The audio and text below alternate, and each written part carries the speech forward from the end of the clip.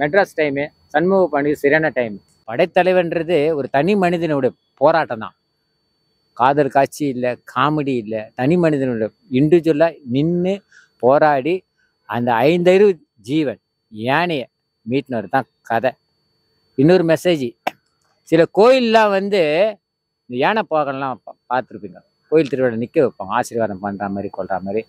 சில இடத்துல காசெல்லாம் வாங்கி ஆசீர்வாதம் பண்ணுவோம், நிறைய பார்த்துருப்போம் ரோட்டில்.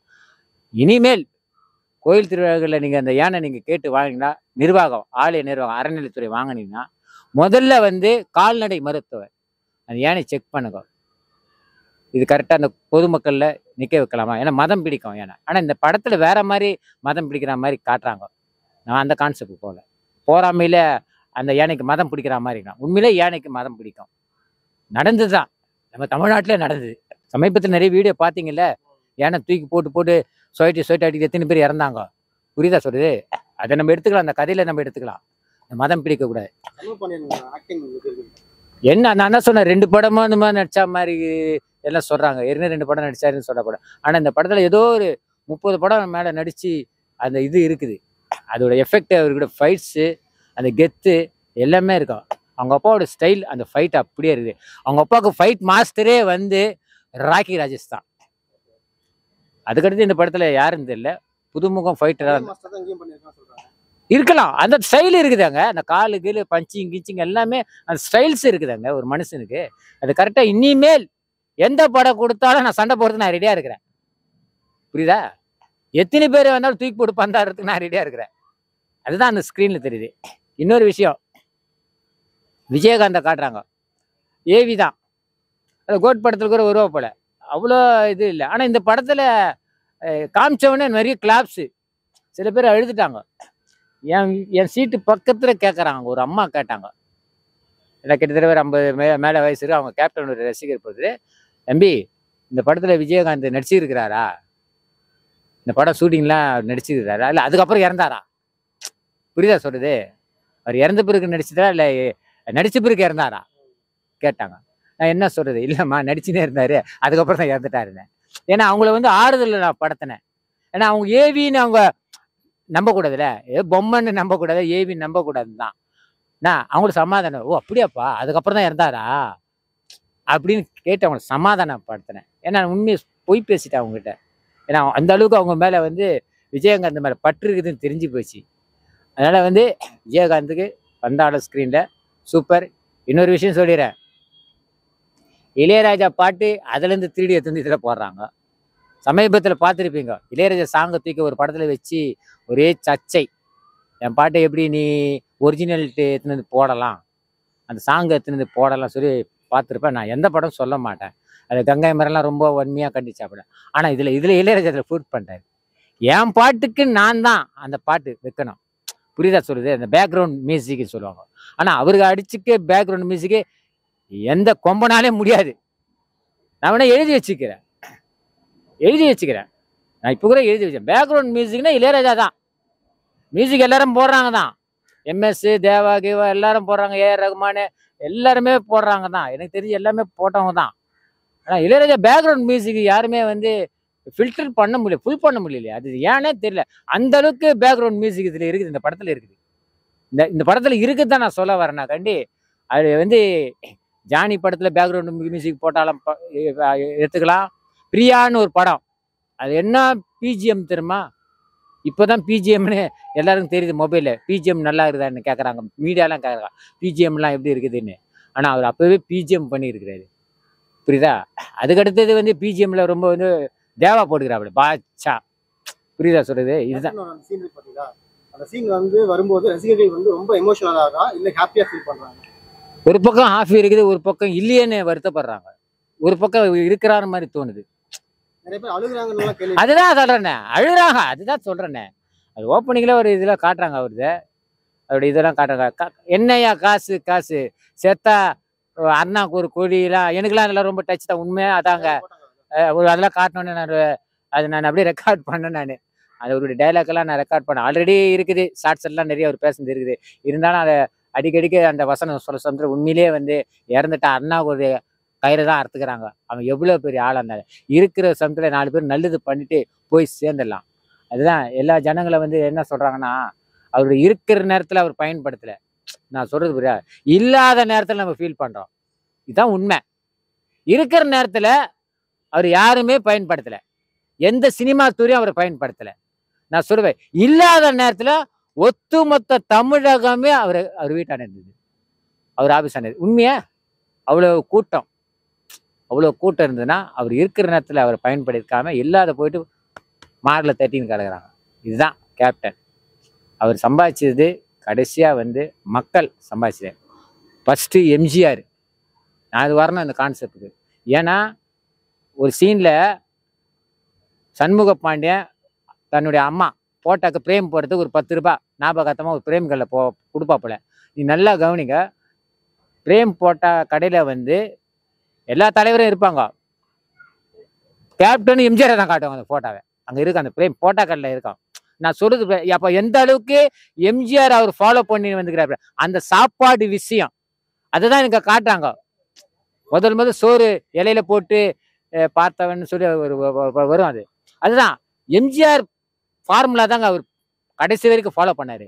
வேற யாருடைய ஃபாலோவும் அவர் பண்ணவே இல்லை. அவரு அதுதான் அவர் ஜெயிச்சாருன்னா அவர் இறந்துதான் அவர் ஜெயிச்சிட்டாரு. அவரு நான் சொல்றது புரியா? அதுக்குன்னு வந்து சினிமா துறையில ஜெயிக்குன்னு சொல்ல.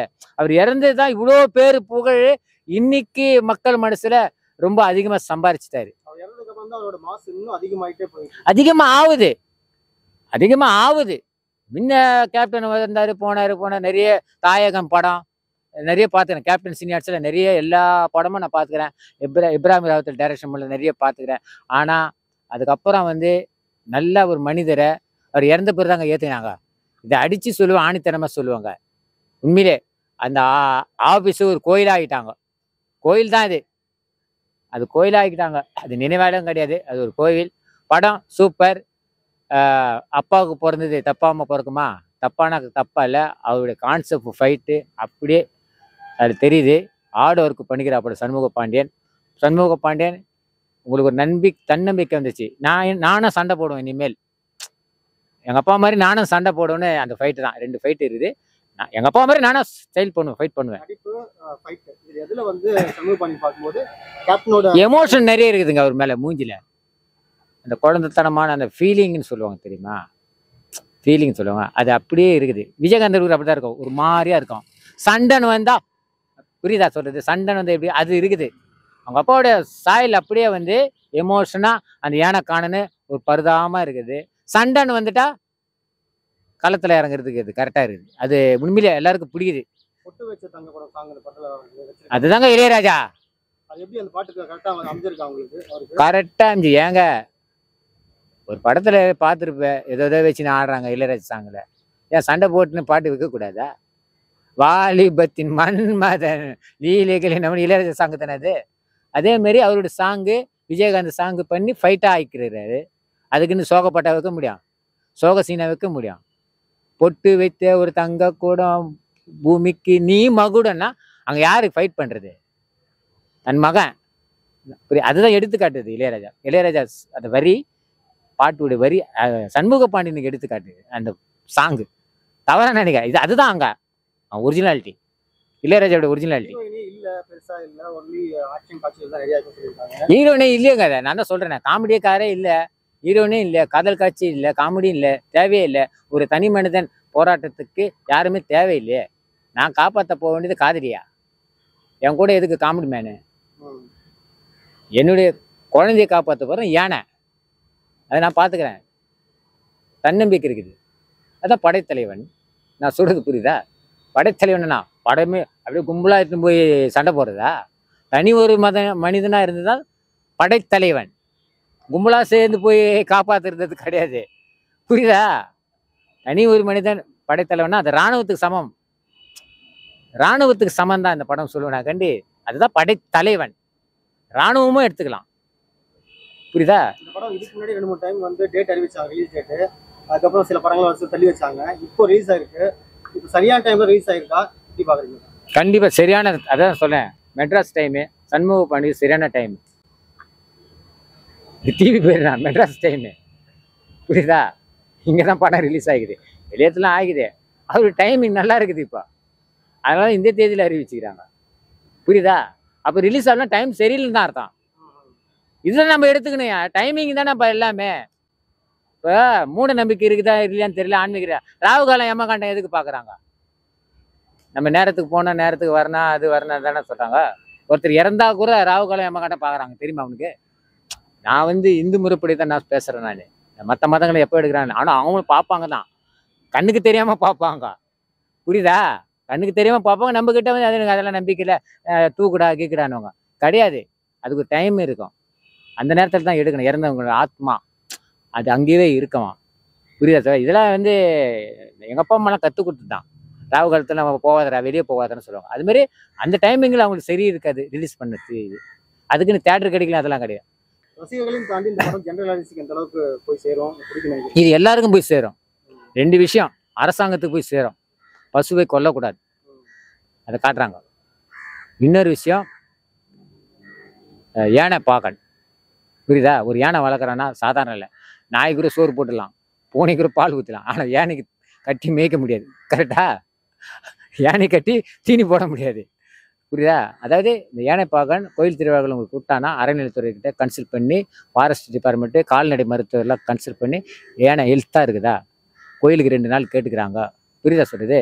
இல்லைன்னா திருப்பி கேம்புக்கு இட்டு போயிட்டு அந்த மதம் இதெல்லாம் வந்து குறைச்சி நிறுத்தலாமா, அந்த பர்மிஷன் வாங்குங்க. ஏன்னா யானை மதம் பிடிக்கிறது அது ஒரு விஷயம் இருக்குது, இந்த படத்தில் இருக்குது.